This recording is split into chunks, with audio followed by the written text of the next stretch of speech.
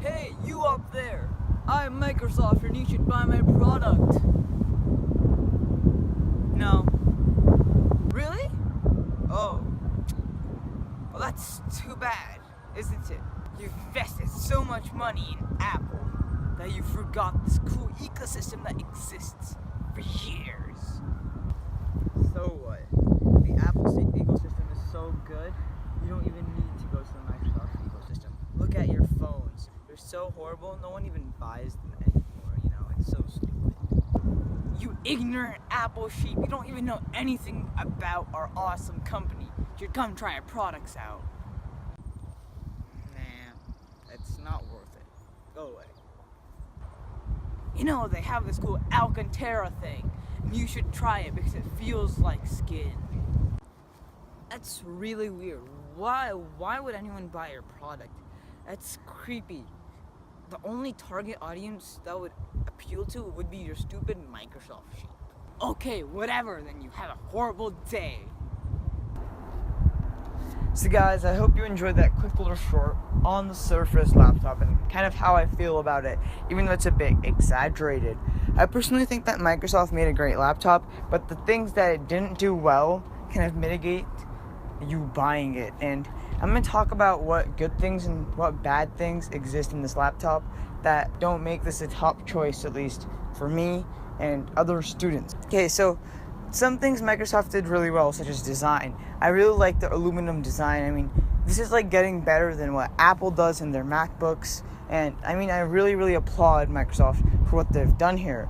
And yes, the Alcantara might not hold up as long as you might want to keep this laptop, but that kind of makes sense since it's like a cloth. And the problem is you can't replace this, kind of like the old Surface Pros. But I think people who are going to buy this laptop are going to kind of keep it for like a few years and get a new laptop.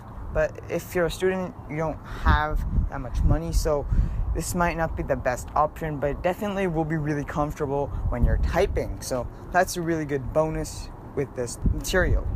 So another thing Microsoft really did well was the keyboard and the actual trackpad. They have really good tracking, obviously, with Windows Precision drivers, and they also have a really clicky keyboard, which is really good to type on. I haven't tried it because I haven't gotten the laptop, but with reviews that I've seen, it's a pretty good typing device, and that's really good since this is aimed at students, and I personally would really enjoy a keyboard like that. Another plus point is the screen.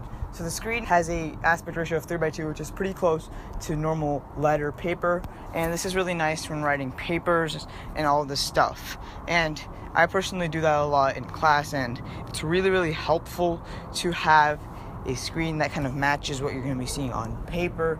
So a big thumbs up on that for Microsoft. Now, the things that Microsoft didn't do well, there's a few. Number one, the thing doesn't flip around. If they could create a 360 version of this, it would be really great. I mean, there could be some factors that stopped Microsoft from doing this. I mean, one of them probably was the Alcantara material and that they wanted that there. But if you flip around your laptop with that, it's going to ruin the Alcantara even faster, and it's not going to be a good thing. I think that they should have either created a detachable model or a 360 model without Alcantara, because I really need the 360 since I personally use OneNote a lot, and it's really important to have something that's like paper laying flat rather than having something that you have to scribble on like this, and that's really annoying. And if it supports the Surface Pen, it should have that functionality. So I mean, I'm kind of disappointed at Microsoft for doing this design choice. Now for specifications, this is also where I don't think Microsoft did the best job, and the pricing, I know you're paying a bit of premium for a Microsoft product, kind of like what you do for Apple, and the best price is the mid-tier i5 one with 8 gigs of RAM, and it's pretty good for most people. I mean, including me. If I'm not doing video editing, this is a really good option for me, and video editing is too intensive for this laptop, by the way. So you could do some light content creation like Photoshop and a bit of Lightroom, but I'm not sure if you could do any Premiere Pro. But this would be a really good laptop for that kind of thing. Now, another thing that I didn't like was the port selection. Now, Microsoft showed off some prototypes with USB Type-C, but they took it out in the final product.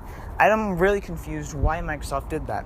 I really like the port configuration they have right now, but they should really add 1 or 2 USB Type-C ports for future proofing, because this is a really good laptop otherwise. And like, they have a USB 3.0 port, they have main display port, it's nice, they have a Surface connector, and they even had headphone jack, which is really nice. But maybe if they remove that Surface Connect port and maybe include a USB Type-C port, I mean, if they really want to keep MagSafe, they could still have or include an adapter in the box that kind of slides into your USB Type-C port for a magnetic USB Type-C port, kind of like MagSafe, except with Microsoft's own twist, which would be really nice. But it seems like Microsoft isn't ready for that switch to USB Type-C, even though there's a lot of computers like desktops coming out with USB Type-C. So I mean, I would like to see Microsoft do that in a future version, and that's one of the biggest things that kind of makes me not buy this thing.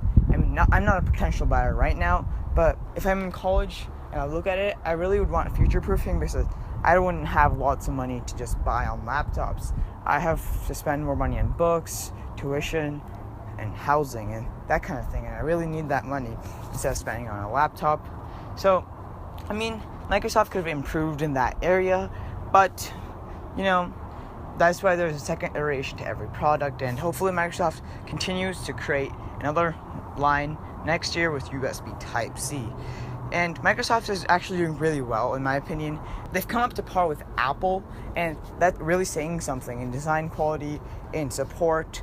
And I think Microsoft is making their devices even more and more compelling than a MacBook Pro or an iMac. I personally bought a MacBook Pro because of how reliable they were, the good build quality, the good software optimization, and how Apple really integrates their ecosystem into one. You could buy the Surface laptop if you're going to upgrade next year, but if you really want some future proofing and you're a student, I would not recommend buying this laptop right now. Maybe go with the LG Gram, and that would be future proofed really, really well. I hope you enjoyed this quick little video on the Surface, and smash that like button if you like that short in the beginning of the video. It took me forever to make, since face tracking in After Effects is crazy slow. So please hit that like button and subscribe to my channel for more awesome stuff like this.